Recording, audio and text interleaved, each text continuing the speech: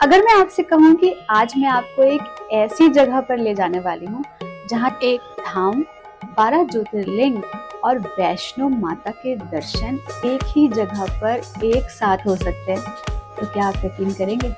नहीं ना? तो चलिए घूम कर आते हैं। अरे राम नमः शिवाय।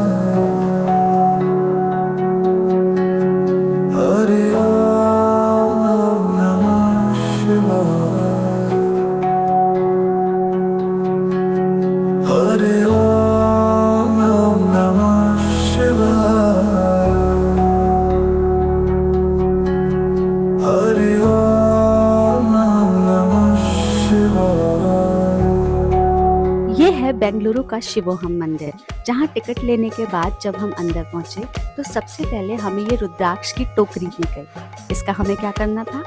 हमें एक एक रुद्राक्ष इन सभी हुंडियों में डालने थे। यहाँ पूरी 108 हुंडियाँ लगी हुई थी और हर बार मंत्र जपना था ओम नमः शिवाय। ओम नमः शिवाय। ओम नमः शिवाय। ओम नमः शिवाय। ओम नमः शिवाय। ओम नमः शिवाय। ओम नमः शिवाय। ओम नमः शिवाय। ओम नमः शिवाय। ओम नमः शिवाय। ओम नमः शिवाय। ओम नमः शिवाय। ओम नमः शिवाय। इसके बाद हमने करी पूजा, नारियल फोड़ा जो पहली बार में क्रैक हुआ, लेकिन दूसरी बार में जाकर पूरी तरह से उसमें से पानी निकला। और फिर हमने अपना मन्नत का धागा भी यहाँ एक पेड़ में, जो पेड़ नहीं था उसका प्रतिलिपि था, वहां पर बांध दिया। कहते हैं किसी भी शुभ कार्य से पहले गणपति के दर्शन करने चाहिए। जब हम आगे जाने लगे तो हमने देखा एक बहुत ही विशाल गणपति की मूर्ति। जय गणेशा।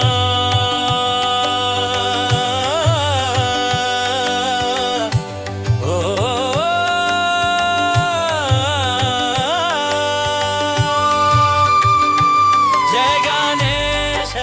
जय जय गणेश। दर्शन के बाद हम आगे बढ़े अपनी यात्रा पर।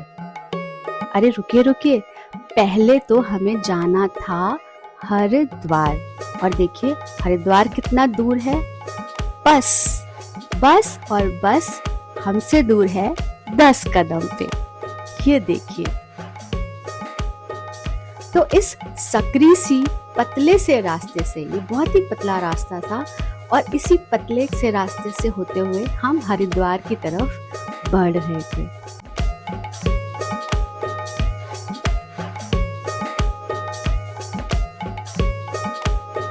ये था हरिद्वार का गेट। गेट से जैसे ही आप अंदर जाएंगे तो आपको वहां पर भोले बाबा के दर्शन होंगे। ओम नमः शिवाय।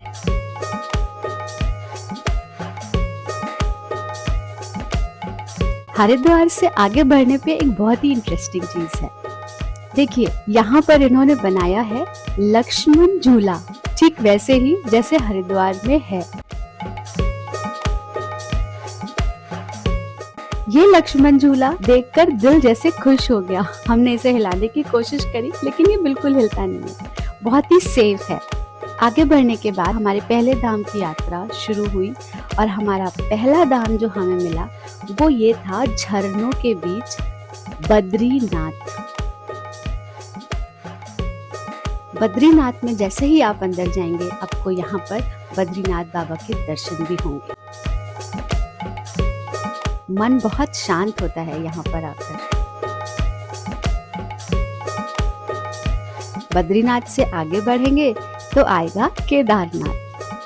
चलिए ये देखिए, ये है केदारनाथ बाबा, बिल्कुल वैसे ही जैसे केदारनाथ में बने हुए हैं। आपको केदारनाथ बाबा की कहानी पता है? तो हमें कमेंट में जरूर बताइए कि यहाँ पर ये शिवलिंग ऐसा क्यों है। आगे हमारी यात्रा जा रही है अमरनाथ में। जी हाँ, और अमरनाथ क्योंकि बहुत ऊंचाई पे है तो देखिए हम थोड़ा ऊंचे से चढ़ के अमरनाथ पहुंच गए। और ये अमरनाथ का शिवलिंग यानी अमरनाथ बाबा।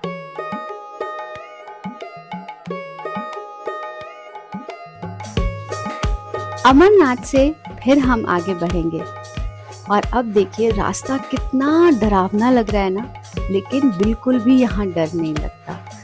बहुत ही अच्छा लगता है, बहुत ही सुकून मिलता है, शांति मिलती है। और यहाँ से निकलने के बाद धीरे धीरे हम जिस जगह जा रहे हैं वो है 12 ज्योतिर्लिंग।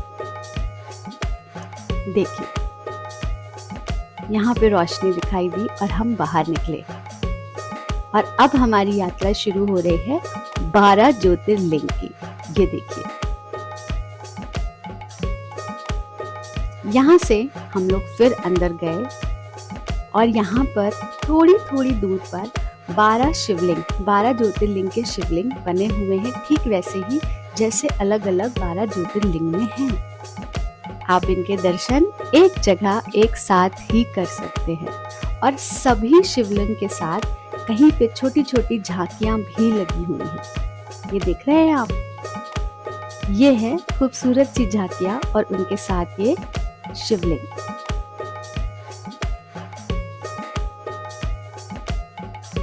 बहुत ही सुंदर लाइटिंग के साथ इन्हें सजाया गया है। ये देखिए ये है झांकी मंदिर और फिर उसके आगे बढ़िए तो ये है शिवलिंग। और यहाँ पर देखिए कैसे गनु जी अपने माता पिता के परिक्रमा कर रहे हैं। ऐसे ही करते करते आपको पूरे 12 ज्योतिर्लिंग के दर्शन यहाँ पर एक ही जगह एक ही स्थान पर हो जाएंगे। बस आप आगे आगे बढ़ते रहिए और दर्शन करते रहिए। ओम नमः शिवाय। ओम नमः शिवाय।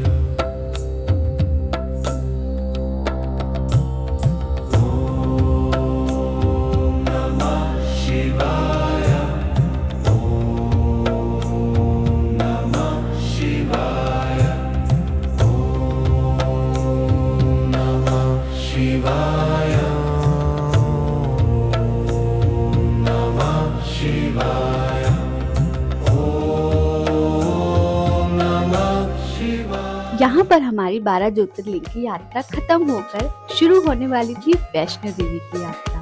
अब क्योंकि वैष्णो देवी बहुत ऊंचाई पे है और हम पैदल चलकर जाते हैं, तो यहाँ देखिए वैष्णो देवी के लिए हम सीढ़ियाँ चढ़कर ऊपर की तरफ जा रहे हैं। देख रहे हैं ना आप। और वैष्णो देवी चढ़ाई चढ़ते वक्त सबसे पहले कौन सा मंदिर आता है? जी हाँ, वो मंदिर है अर्धकुमारी। और यहाँ पर भी अर्धकुमारी की वो गुफा बनाई गई है। तो चलिए ये देखिए, ये है अर्धकुमारी की गुफा और आगे जाने पर आपको दिखाई देंगी देवी।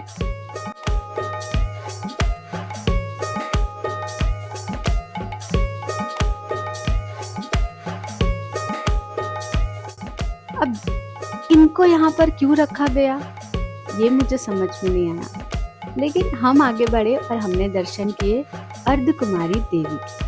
ये देखिए, और ये इतनी प्यारी मूर्ति थी कि लग रहा था सच में कोई यहाँ ध्यान करने बैठ गया है।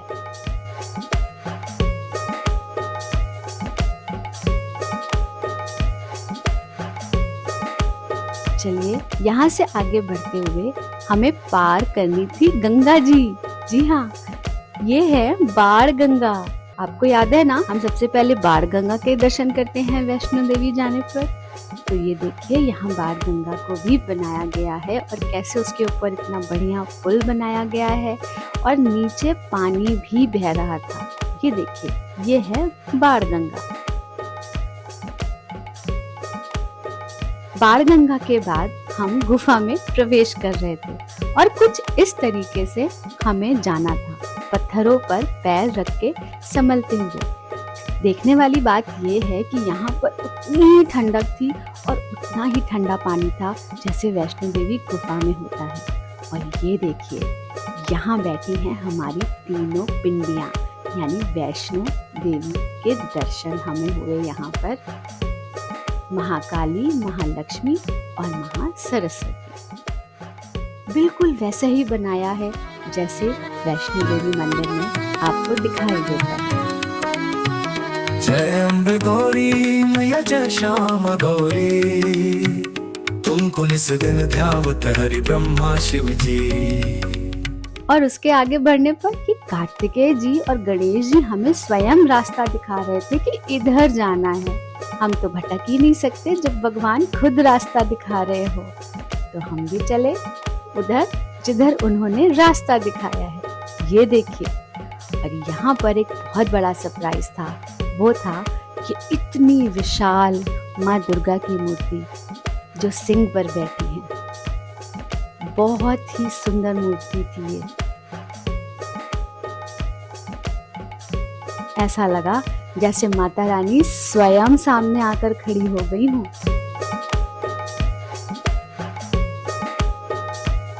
और ये हैं हमारे भैरव बाबा जो छोटी सी गुफा में ऊपर की तरफ बैठे हुए हैं। दिख रहे हैं आपको? और फिर हम बाहर निकले। ये देखिए,